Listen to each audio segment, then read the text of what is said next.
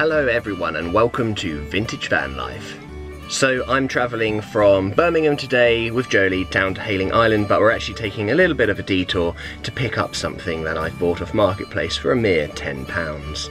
But before I do anything, I need to check that fuel leak on the underside of my van. After being parked here for 3 days, it's nearly completely full. So in some regards it is quite a slow leak.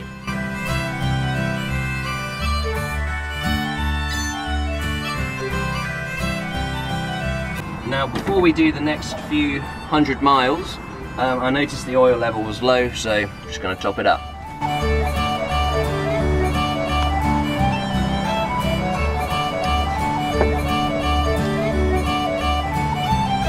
Clear up the spillage.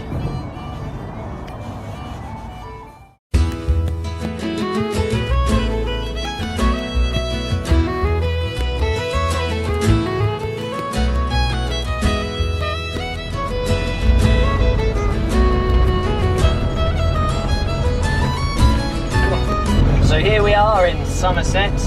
We've driven, I don't know, what is it, 120 miles or more, Jolie? Yeah, it's quite far. And I've just picked up the vintage washing machine. Now I know you're thinking, hang on Alex, but you've just sold one, so why have you got another one? The last one was a twin tub, which was a bit too big, and I've just bought a single tub, 1940s, 1950s, and it's just in the back. And at some point it will be restored and a video will be made on it.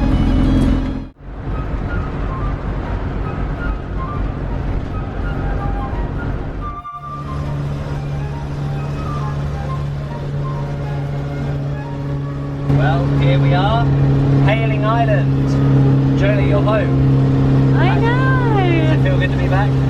Amazing. Jacques is driving beautifully, like the best driving it's ever done, no problems whatsoever, except for the fuel tank dripping like that. So I'm not going to be staying for long.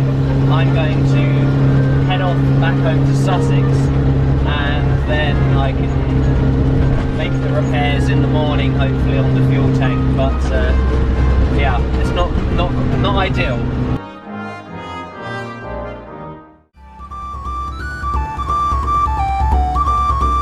Right, so here I am in Sussex, it's the next day, and Jacques drove beautifully. I fully trust the vehicle to drive now, thanks to the electronic ignition and the rebuilding of all the HT leads and all of that kind of thing. However, the drip is still happening on the underside of the fuel tank, and at the moment, this is my only running road legal vehicle. So Doug, my Reliant, needs an MOT, and I ordered a part that I need for it from a friend of mine, and the Royal Mail seemed to have lost the package. Good job. So I'm in a bit of a predicament at the moment. Money's running a little bit tight. My only running vehicle is one that's got a fuel leak, so I need to basically take it off the road, remove the fuel tank, and then Doug, fully functioning, ready to go, except for one little thing with the lights. Can't drive it because it needs an MOT. Okay, so this is the underside of the fuel tank, and it looks like the paint has started to flake, which is because the petrol is underneath it. And if I remember correctly, this tank doesn't have a drain tap, which is annoying, but it is what it is. And I'm going to wire brush this and just see if I can find where it's leaking from.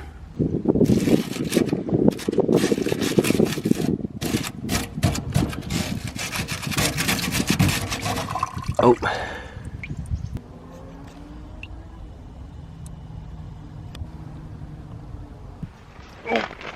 Oh dear. Right, there's no two ways about it. I think I'm gonna have to drop the tank out.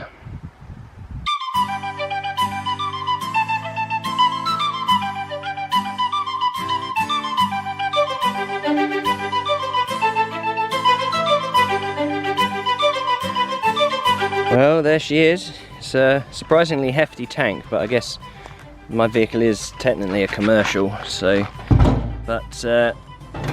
so here we have the old, this is fiberglass, which, ooh, it's gone extremely soft. I guess what's happened is, over time, from this last repair, the petrol has been eating away at it until eventually it made its way to the edge, because look at that, this fiberglass has the properties of damp cardboard at the moment. Not ideal. So I've just been scraping with a screwdriver flathead at the old fiberglass, and I think this is the kind of like metal putty stuff that we put in.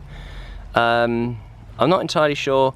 I think this is a previous repair before I ever owned it.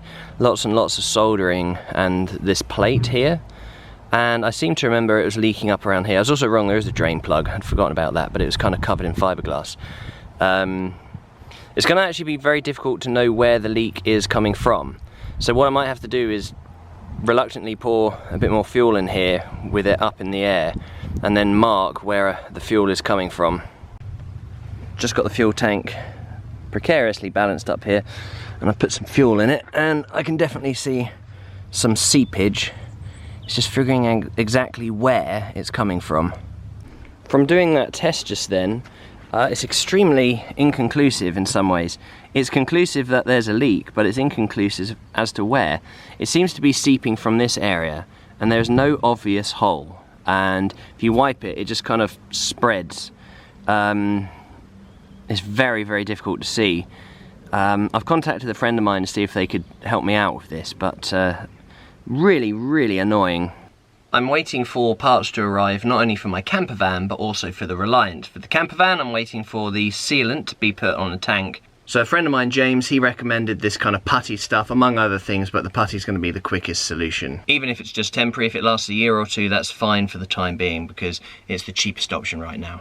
The other thing I'm waiting for is an indicator light holder thing for my Reliant, which also hasn't shown up. So I thought, while I'm waiting for those things, I'll crack on with some other bits on the van. So if any of you remember a couple of episodes ago, I was talking about the rear lights I want to put on this. So I've taken off the ones that are on it, and I'm going to paint this area blue. So then when I put the new lights on, it has a nice finish to it.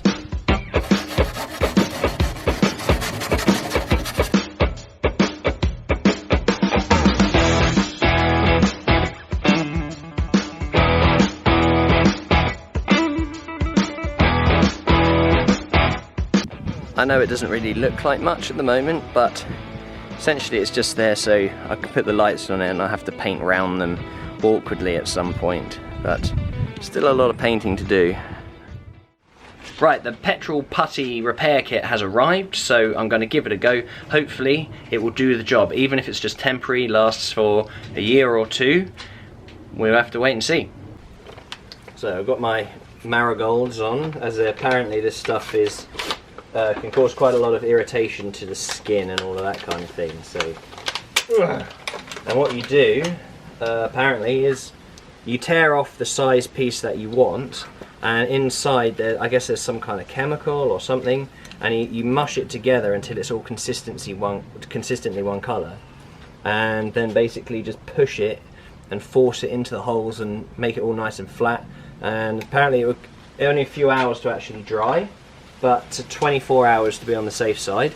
And apparently then you can drill it, you can file it, but I won't need to because it's just on the underside of a fuel tank. So let's see how this stuff does.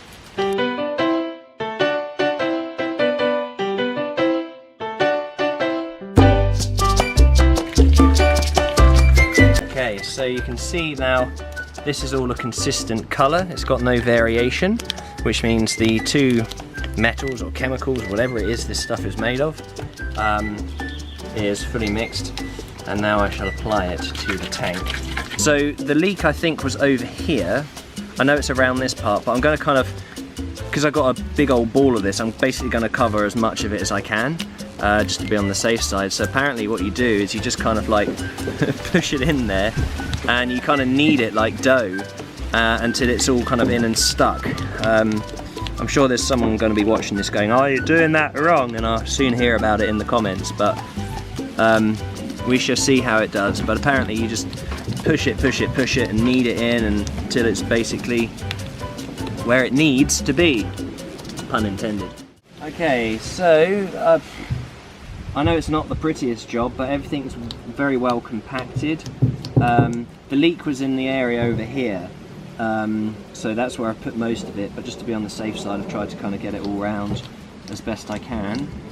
So now I'm going to leave it for 24 hours and then tomorrow put some fuel in the tank and just see if it leaks. Fingers crossed it won't. If it does, I shall go to the top of a hill and scream at the top of my voice. The hills are alive with the sound of...